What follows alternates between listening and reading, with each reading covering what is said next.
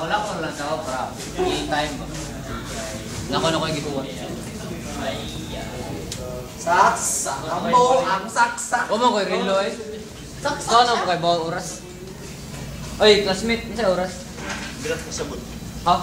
Unsay oras ba? Unsay oras? Waray upay. Oras ba? Oras? Waray upay. Oras ba? Oras? Waray upay. Oras lagi Waray oras. upay. Oras.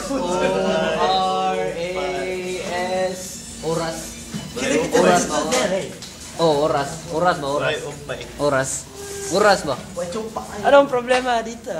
Nangutan na ra ko unsay oras ko sa kay Bao. Ha? Kasi na Gumamit ka ng wikang Pilipino. Talaga? As.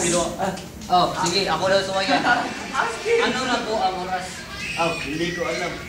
Hindi niya pala alam. Tingnan niyo. Gumana yung wikang Pilipino. So, gumamit na ng wikang Pilipino. Yung problema ay yung salita. Huwag na mag-alala. Magkatang dito na. Ang sagot sa lahat ng problema mo sa mga lingwahe. Ang gawin sa lahat ng problema mo sa pagsasabi. Umamit na ng feeling. Pilipino. Pilipino. Umamit na ng feeling. Pilipino.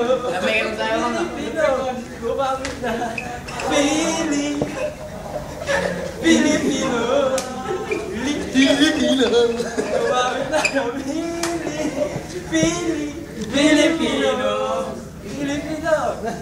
Sakay na.